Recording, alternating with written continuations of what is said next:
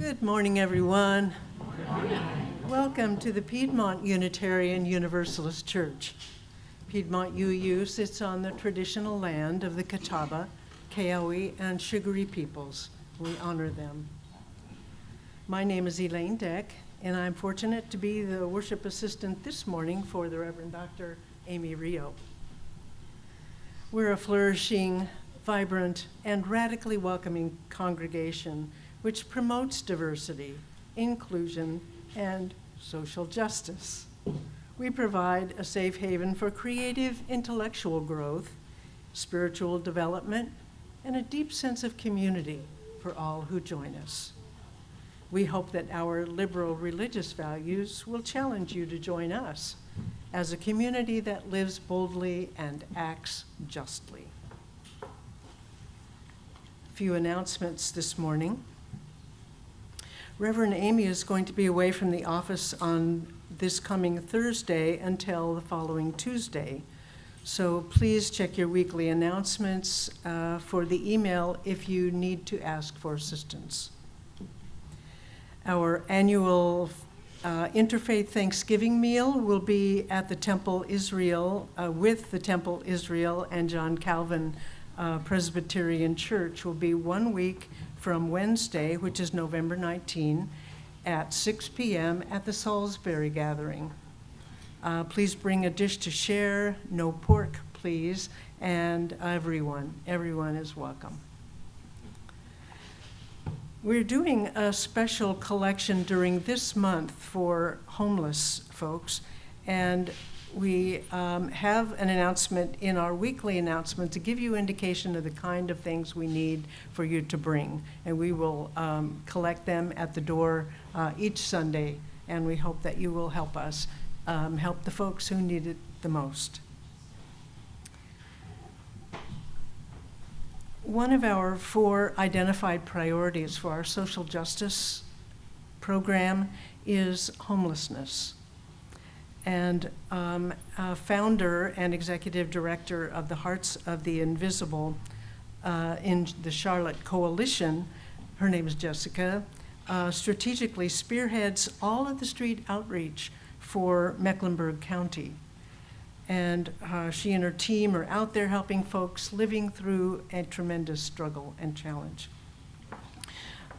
We were going to welcome her this morning, but I don't see her at this point. But if she comes in, we'll be sure and have her speak with you about her program and how our plate collection that we share with social justice activities will be available all month long. So that is that. And now I'd like to ask Harry to come up, Harry Lancaster, who's our chair of our Building and Grounds Committee. Should I speak in the microphone? Yes. Okay. And just to clarify, I am the co-lead of the Building and Grounds, but there's currently no other co-lead. I'm looking for another co-lead. All right. So some of you may or may not notice that we know that we have requested a proposal for a master site plan. We have around 3 acres here. You're familiar with the buildings we have, and probably to some degree the parking and the property lines. Maybe you're aware of the topography, but the purpose of this master site plan is to help us understand what we have here and what potentially we could build on this site. At one time we talked about possibly growing our buildings out in this direction where the playground is. That was long ago. But the purpose of this is to help coordinate that, and as well as to document the use of the site, to support the location of the meditation memorial garden, also known as the Sacred Circle, that is currently thought to be located out here behind us, behind the sanctuary garden. So we've requested this proposal from Laurel Holtzapple and Aubrey Springer. Laurel designed the sanctuary garden that's directly behind us, just beyond the patio here. And they both have experience with master site plans, and a number of other types of things that are similar. Aubrey is a registered architect and in North and South Carolina, and I'd say he's got some gray hair, so he's not fresh out of school, and he's got some good experience that I trust. So this proposal, or this, if we decide to accept this, it will include a documentation of the existing site use. There will be meetings either virtually or in person with stakeholder groups or individuals that are representing key areas of the church life. They'll conduct a site analysis and then prepare what they call a framework plan, and that will also recommend the location of the Sacred Circle, but future buildings, how to best use parking and other things like that. So if we agree to this proposal, not only will we need input from the congregation and various groups within the congregation, but we'll also need a group to help coordinate meetings and review the plan. So I'm telling you all of this. We just got the proposal recently. If we elect to do it, it probably wouldn't start until December at the earliest with meetings. But I would love to have some help in coordinating some of this. So if anybody is interested, please see me after the meeting, and I guess there will be further discussion of this associated with the Board of Trustees, and that'll come up in the next meeting coming up in the middle of this month. I'm starting to ramble here, but let me turn it back over to you, Elaine. Thank you.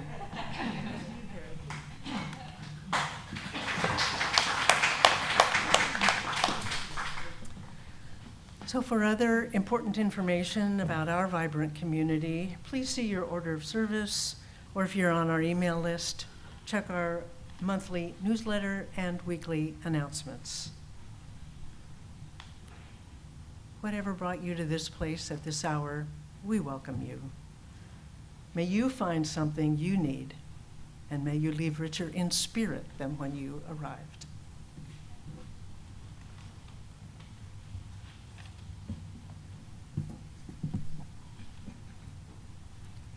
Hear now these words from Richard Gilbert. Each morning we hold out our chalice of being to be filled with the graces of life that abound, the graces of air to breathe, food to eat, companions to love. We give back in gratitude, if we can, something like what is poured into our chalice of being. For those who abide with us and will follow each morning, we hold out the chalice of our being. I invite you now to please join me in singing the words to lighting of our chalice, and they are found in your bulletin.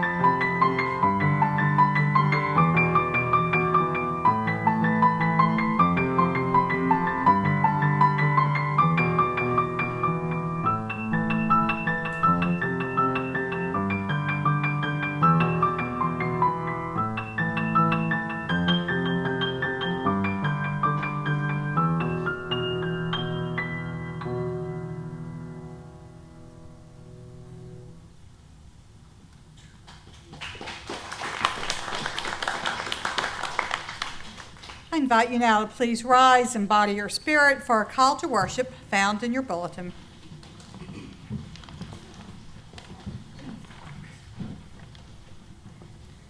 What is it that calls you here, that calls you onward, that calls you inward, that leads you homeward?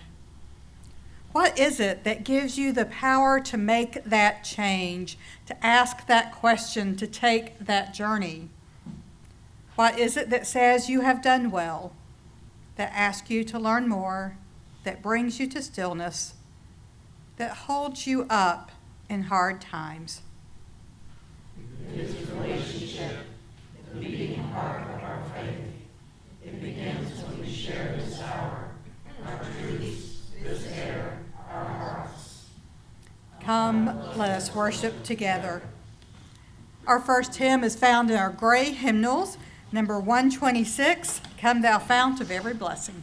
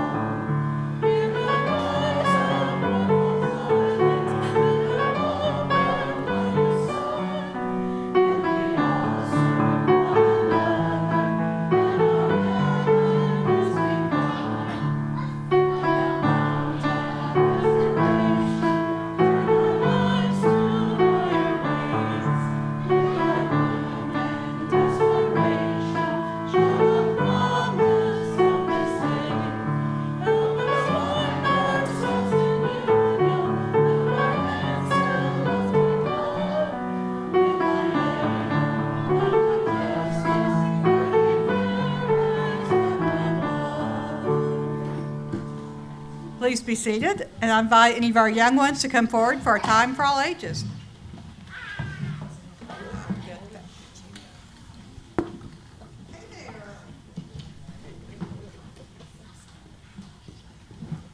How are y'all doing today?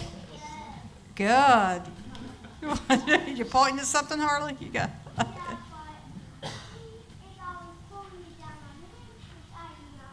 Okay, well, we all want to have good boundaries with our hands, don't we? Yes.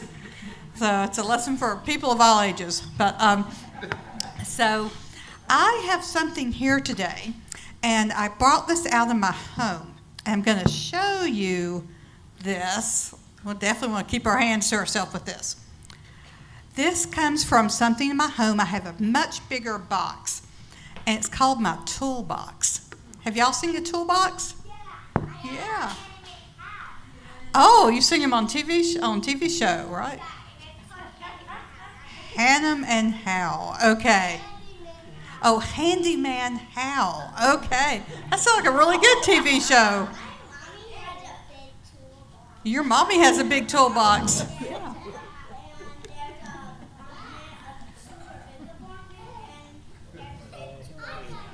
That is great.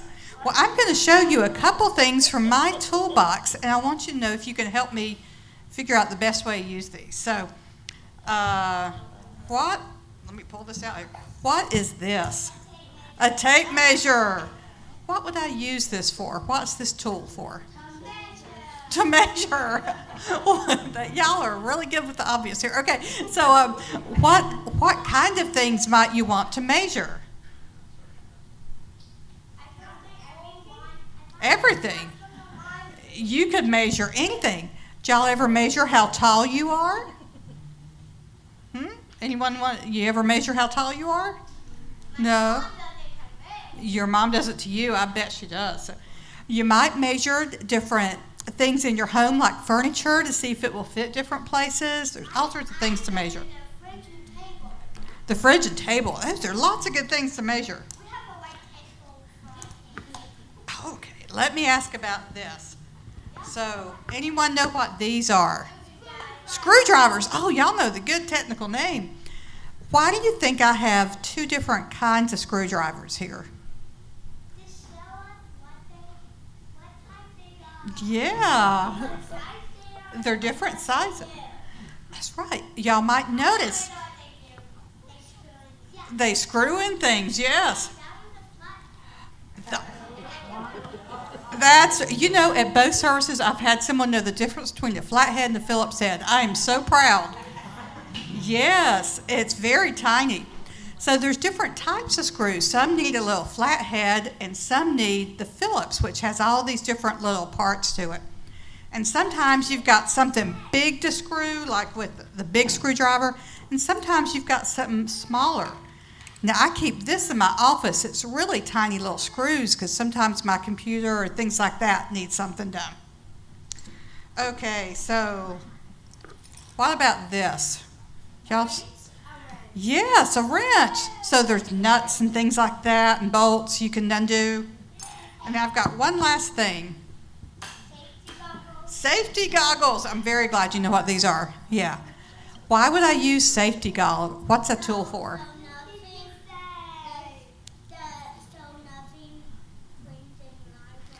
Absolutely. Keeps my eyes safe when you can do all sorts of works. Your whole body's safe, yes. So these are good things. Tools can be really helpful for so many different things. And we have tools for other things too. So I want to ask y'all, do you ever have a day where maybe you feel kind of sad or maybe angry or upset? Yeah. I know we all have those. What are some tools that we can use to help us feel better on those days? You can do what, honey? Deep breaths. That's a very good tool. Deep breaths. What are some other tools that can help us when we feel like that? Take deep breaths. What are some other things things we can do when we don't feel good, if we're angry or sad? Harley, what did you do when you felt sad? What made you feel better?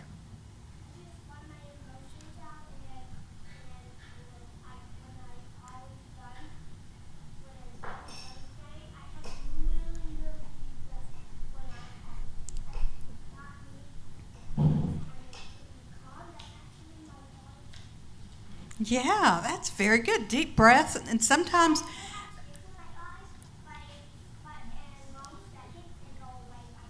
absolutely. And tears can be something that help us feel better too, right? Someone at the early service said that if she gets a piece of chocolate, that helps her feel better. What do y'all think about that? You have some special thing? Or maybe sometimes for me, I have a favorite song. Do y'all have a favorite song that you might sing or listen to that can help you feel better? There's all sorts of tools. Now, one tool I want y'all to think about today is if we're having a tough day, to say the things we're thankful for. Because anytime we say what we're thankful for, that helps us feel better. So what are some things y'all are thankful for? Oh, I know y'all are thankful for a lot of things. What's some things you're thankful for? A warm bed. A warm bed, yes. Let's sit up here. Harley, what's something you're thankful for? Sweets? Mm-hmm. For fun holidays, yeah. Yeah. And what about for our families? We're thankful for our families and friends? For Thanksgiving too, lots of good food. So, okay. Well, I appreciate y'all talking to me so much, and maybe when you go off to RE, you can talk a little bit more about some of the things you're thankful for and how that can really help us in some tough days. Well, thank you so much, and I'm thankful for all of you, and I will see you later.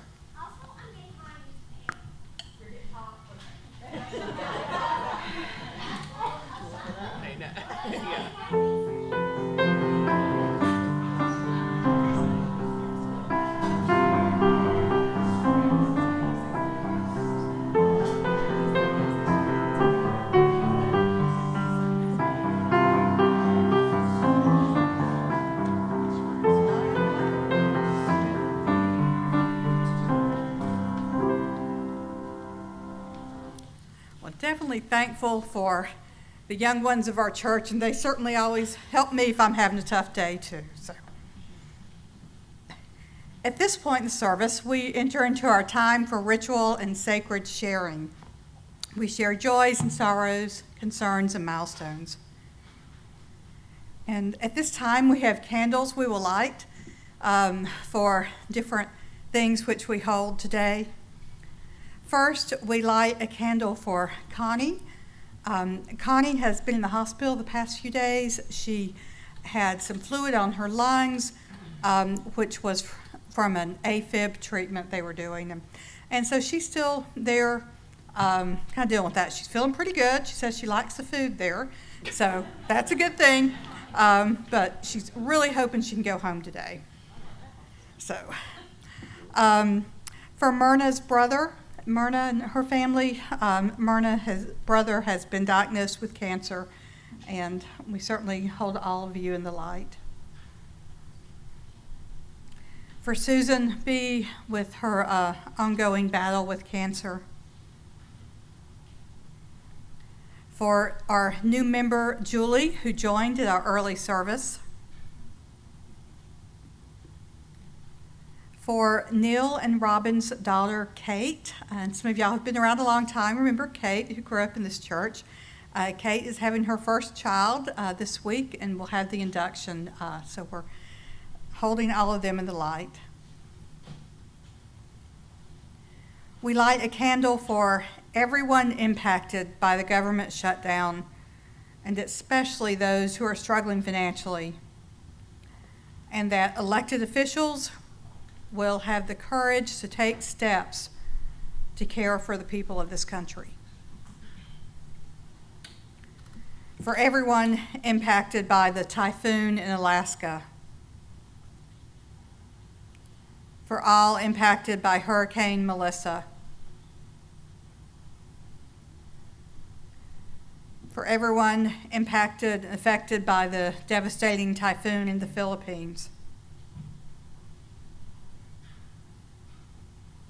for people harmed by ICE raids and activity, for the immediate relief of the people of Gaza, for all areas of violence around the world, especially Haiti, the Sudan, the Middle East, and the war in Ukraine. And for our country, that we might continue to work towards creating a society filled with love, and empathy, civil rights, and justice for every person.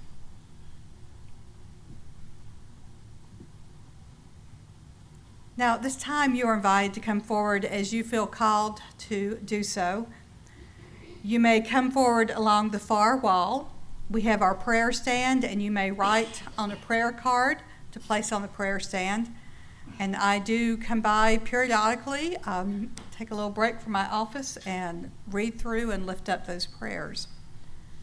You may also light a candle of joy or concern, or you may place a stone in our shared water together.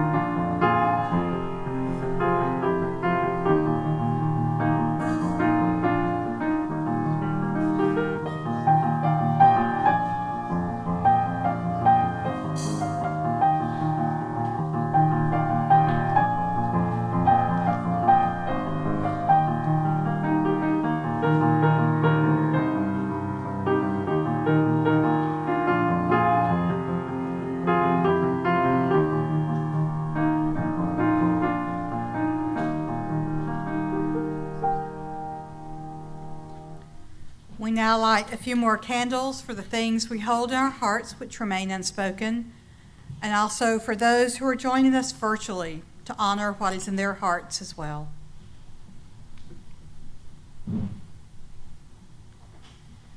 At this time, I invite us into a period of quiet rest, meditation, or prayer. I will sound the singing bowl, and then during this time of silence, I invite you to simply deepen your breath, to be more focused in this time and space, and then to give thanks for the things which you hold so deeply this morning.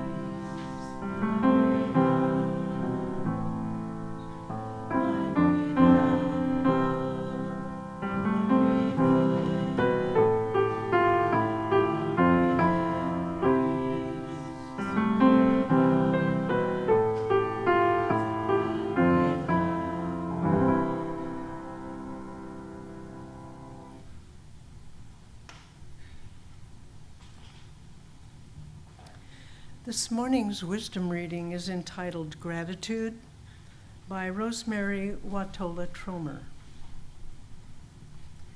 Gratitude, it happens, needs less room to grow than one might think.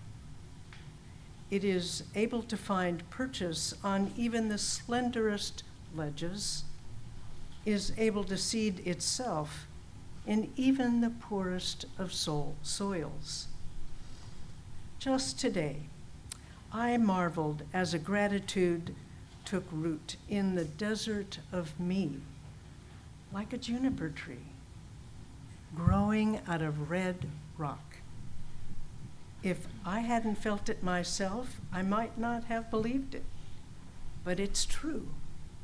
One small thankfulness can slip into the arid despair, and with it comes a change of the entire landscape, the scent of evergreen.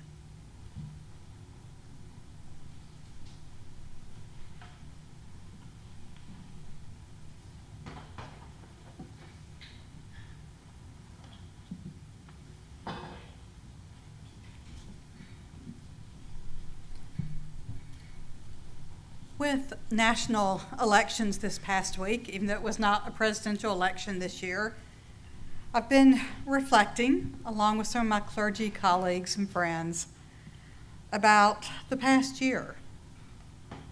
It's been a tough year, hasn't it? It's so hard to see democracy eroding right before our eyes, to witness or be directly impacted by the harm that's being done in this country. ICE raids and activities that treat people in inhumane ways. Women and girls not able to get basic reproductive health care in so many places in this country. Lifelong civil servants fired. Unemployment and underemployment numbers are scary. So scary that the government won't even release them. People in the highest offices of this land protecting those who've been involved in the evil Epstein criminal activity. And in the midst of the longest shutdown ever of our government, SNAP benefits and other essential assistance for those most in need being withheld.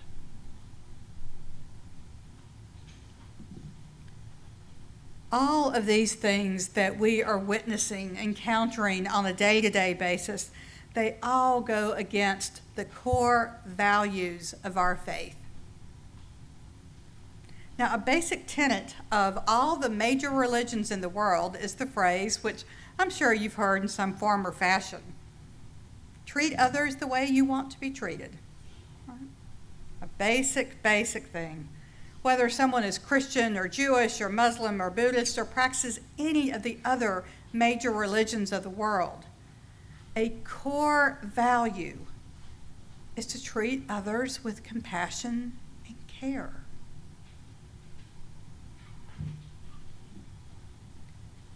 Throughout my years of ministry, I've always talked and meet regularly with other clergy. That's just part of the role, one of the things that we should be doing.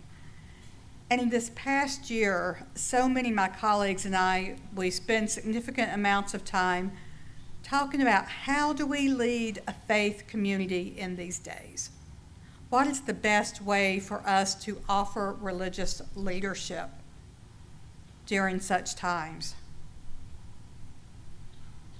Now, one thing that we all agree upon whenever we talk and we strategize and brainstorm ways to help encourage this is that worship, this gathering that we have right now, that's the core of our faith community, worship.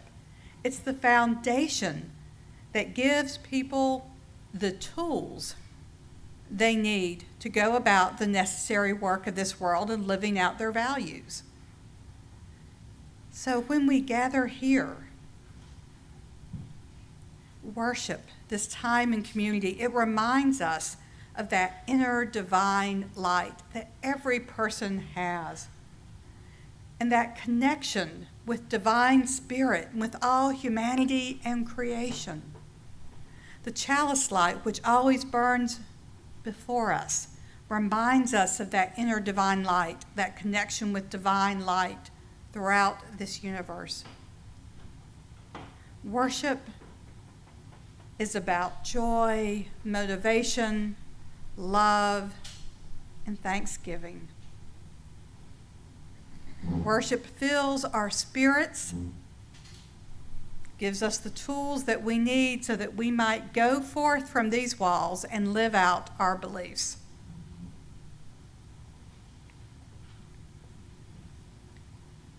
Now, as you know, if you've read the newsletter or came last week, you know that our theme for this month is nurturing gratitude, which seems like a very good theme for the month of November, and with Thanksgiving holidays soon upon us. And obviously we have some young ones in our church who are really ready for Thanksgiving and gearing up for it.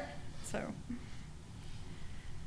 now what I ask for us to remember today is that nurturing gratitude, giving thanks, is essential for our spirits. It's not just a nice thing we do on occasion or for having a tough day. It is essential.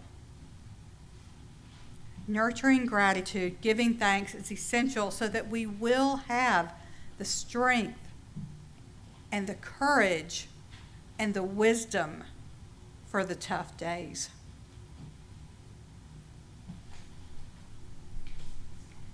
I'm sure some of you are familiar with the singer-songwriter Billie Eilish. Hopefully, see if you know. Okay.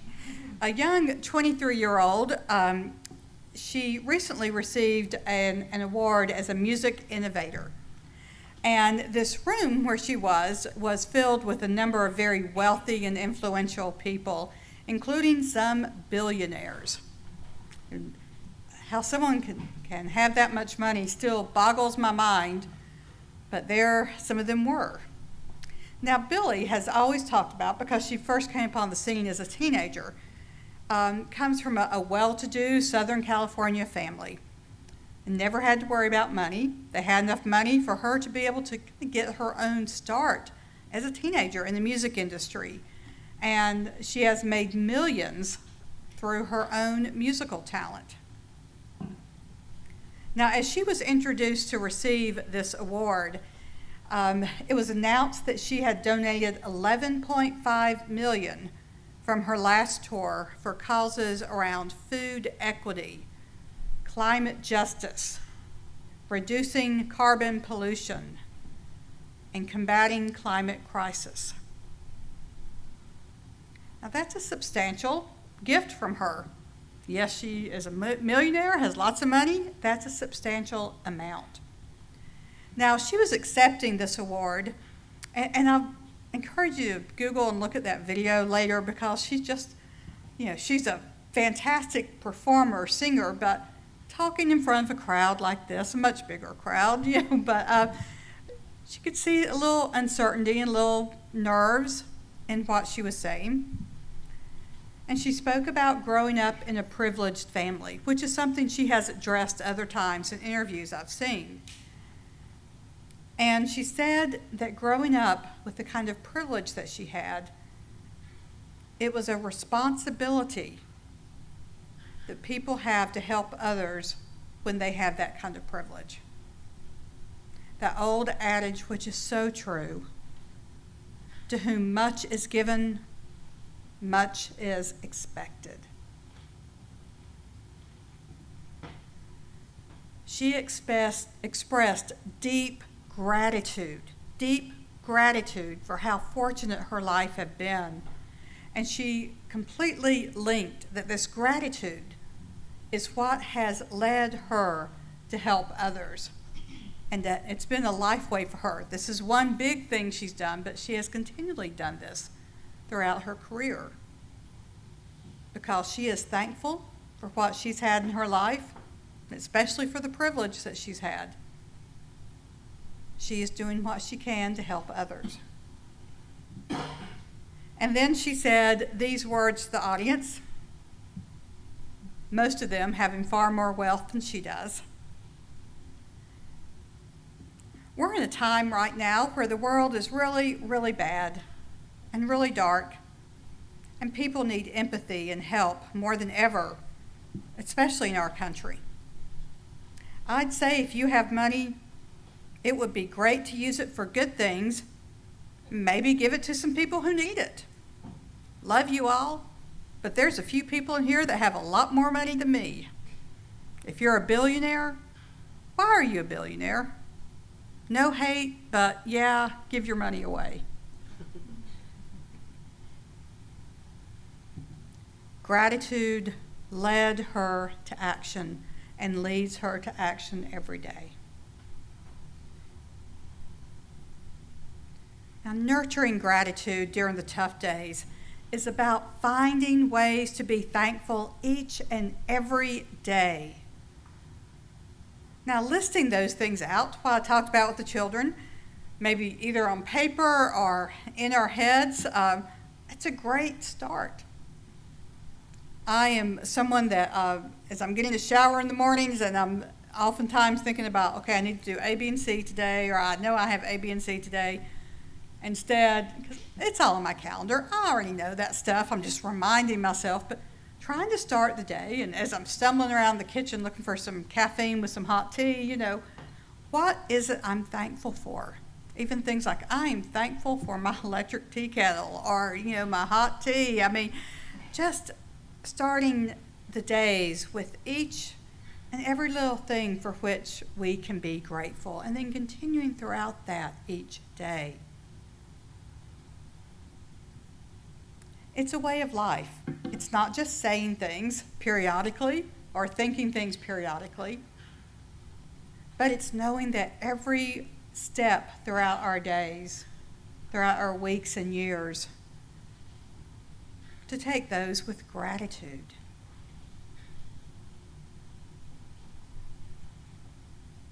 True gratitude, especially during the tough days when life is not easy. True gratitude propels us to help others, to treat them as we would like to be treated. How can we do anything else when we know how fortunate we ourselves have been? Thankful hearts mean that we can only care about others.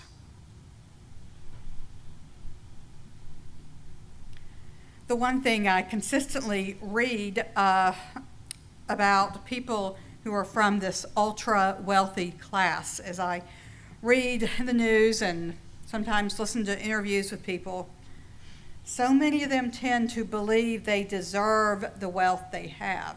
That's what capitalism teaches us in this society, isn't it? We deserve what we have. And that people think it's thanks to all their own efforts. Now, we know no person is an island, no one. Everything we have is due to how others have helped us. Whether it was a teacher who taught us some basic things when we were little kids, or to someone, the mechanic who keeps our cars running, if we have been fortunate enough to have parents who have plenty of food to be able to give us, or to help us know what it meant to go to college or how to navigate that. Or someone, family member who could buy us a nice looking suit for our first job interview. Whatever those things have been, there are so many ways that we have been helped by others. Even something as basic as the food we eat. There are countless unknown people who have farmed and harvested and transported and sold that food for us. No one is an island. There are so many infinite ways that we are connected to each other and which we help each other make just basic lives possible.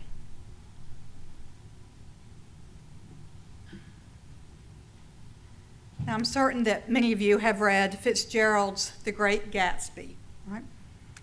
A novel that was written 100 years ago, and it tells about a wealthy couple, Tom and Daisy. Tom and Daisy had no gratitude in their lives. Their lives were centered around money and their own desires and wants. Now, the president of our country, during the longest government shutdown in history, which is greatly impacting so many people, he, on Halloween weekend, recently held a Gatsby-themed party at his Florida country club. And I, along with so many commentators, wondered if one person there realized the irony of that theme was with what is taking place in our country today.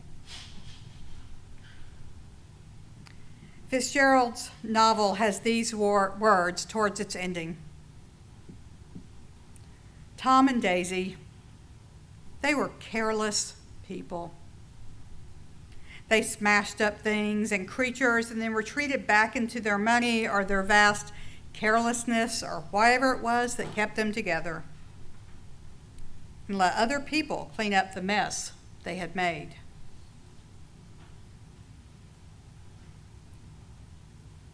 Nurturing gratitude is the opposite of carelessness or thoughtlessness. Deep gratitude means that we care. We care so much that it hurts sometimes. We care so much that we will do whatever we can to ensure that someone else is treated the way that we want to be treated. Gratitude is about intentionality, recognizing the divine light in each and every person and every creature. Gratitude empowers us to see the goodness in the world, to see the sacredness in this world, no matter what tough days are taking place around us.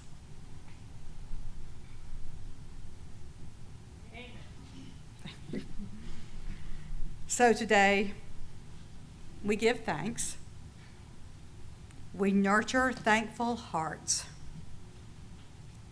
We give thanks for this time that we have together, where our souls are fed, where we can be filled enough to have the wisdom and the strength and the courage that we need for the tough days. We give thanks for this time together and for the opportunity every day to reach out to those who are hurting and to share love and compassion. May it be so. Blessed be. Amen.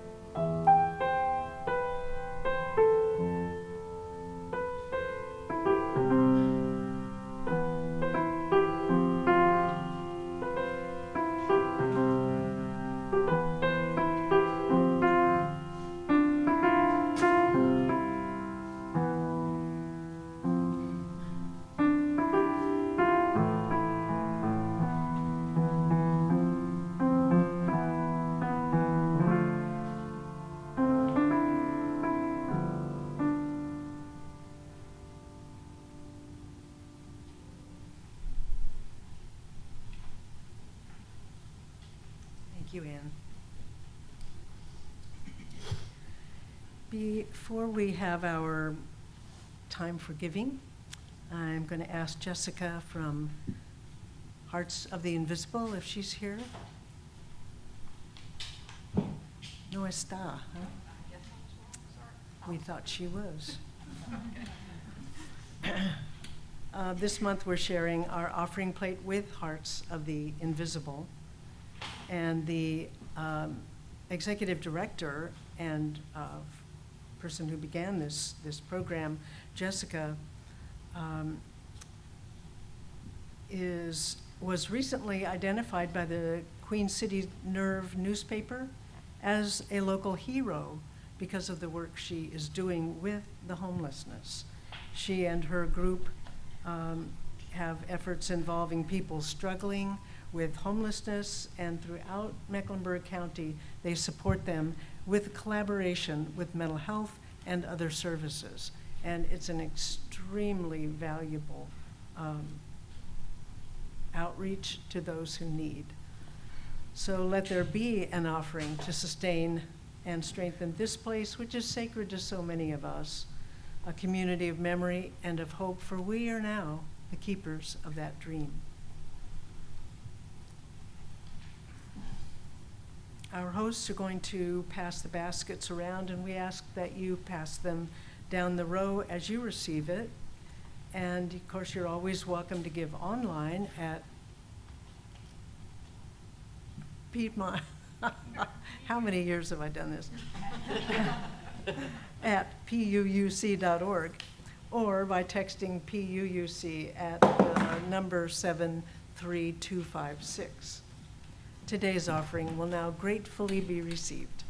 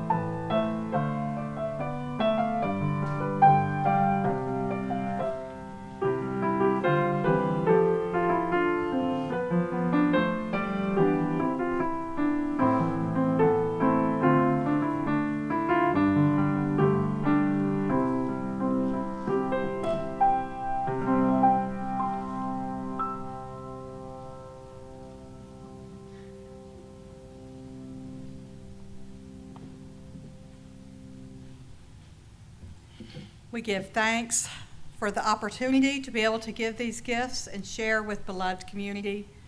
And we give thanks for all these wonderful gifts which you have given today. I invite you now to please rise and body your spirit for our next hymn found in our great hymnal, number 128, For All That Is Our Life.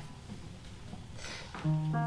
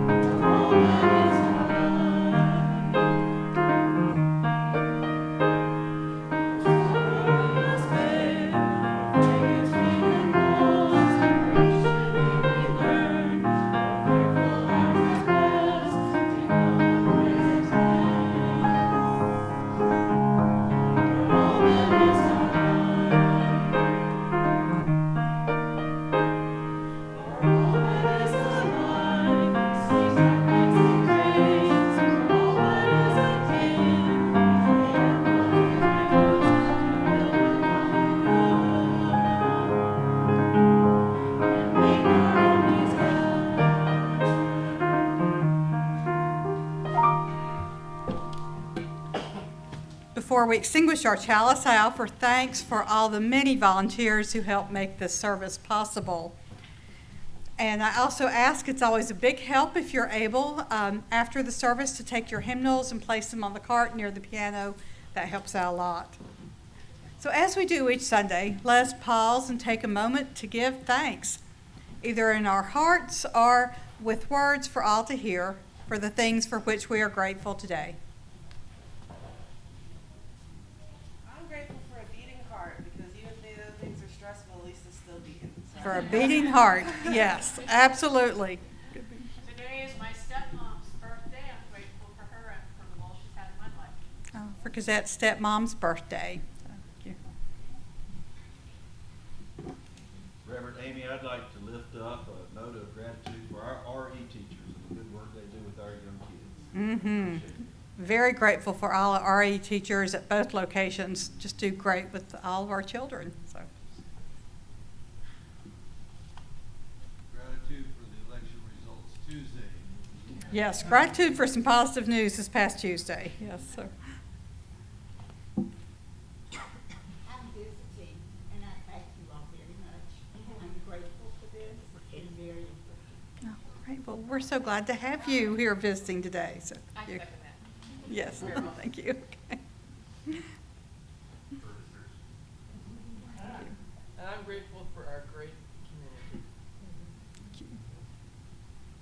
Well, I'm also on a personal note and grateful. My mom is having her 80th birthday in a few days, which is why I will be away next weekend. But y'all have the most fantastic guest preacher. Let me tell you, he's great. One of my long-term friends. So I'm excited to see the service. But just very grateful for my mom's birthday, and the kids and their spouses and I are all planning a big party for her. So very happy for that. Well, we give thanks for all these things and so much more which we hold in our hearts this morning. Let us go forth, nurturing gratitude always during the days to come. Amen. We now extinguish our chalice, but we carry its light and its warmth and its meaning with us until we meet again. May we go forth in thanks, believing in gratitude, and creating gratitude and thanks wherever we may wander. May it be so. Before we form a circle for our closing song, I want to remind everyone that we have coffee and tea and snacks in the back, and certainly all of our visitors invite you to join us for that. So for our closing song, we form a circle. You may hold hands if you would like to, or you may simply place your hands on your heart.